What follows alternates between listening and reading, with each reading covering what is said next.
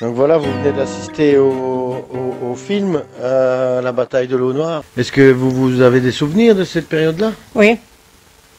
Oui, parce que moi j'avais déjà Fabien, un de mes fils, avec M. Robert, qui était professeur à l'école moyenne, qui était là-bas sur place. Il dormait même dans des tentes. Ouais. Oui. Et là, vous avez revu des Couvinois? Ah oui, oui. Il y en a que c'est difficile à reconnaître, mais d'autres sont encore bien visibles. Hein. Oui. Je me souviens de tout. De la radio, ça le vendredi 8h, on ne loupait pas. Hein. Ah, ça, on habitait à la rue des Carrières à cette époque-là, donc. Ah non, on était déjà à la résidence Émile-Donné. On avait les drapeaux noirs, non barrage, enfin il y en avait partout. Est-ce que c'est fidèle à vos souvenirs, le film? Oui, tout à fait. Oui. Oui, par moments on avait même peur, hein, parce que quand ils menaçaient les Couvinois de toutes sortes de choses, là, hein, on n'était quand même pas très rassurés. Ça transparaît bien dans le film. Oui, tout à fait. Tout à fait. Enfin. Mais finalement, c'est une bonne chose que le barrage ne soit pas construit ou... Oh, je crois, hein. Je crois parce que nous, d'où on était, on disait toujours, le fond de l'eau, vous ne le verrez plus, vous aurez une masse de béton.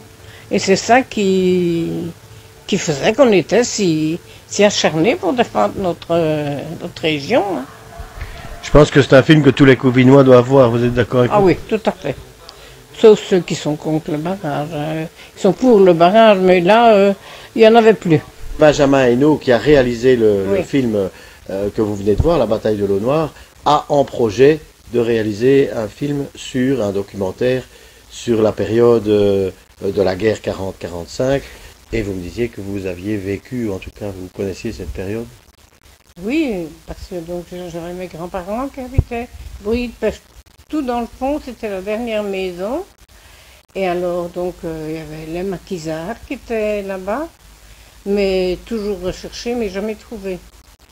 Et finalement, un dimanche matin, nous avons été envahis par toute une troupe d'Allemands. Ils étaient cachés dans, vous savez, dans les gerbes de blé, comme on les mettait. Et vous aviez quel âge à l'époque?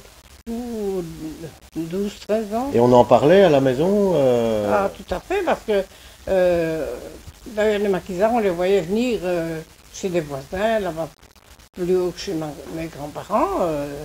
Ah oui, ça, on était au courant de tout. Hein. J'avais un cousin qui était dans le maquis. Ils ne sont jamais arrivés à le trouver.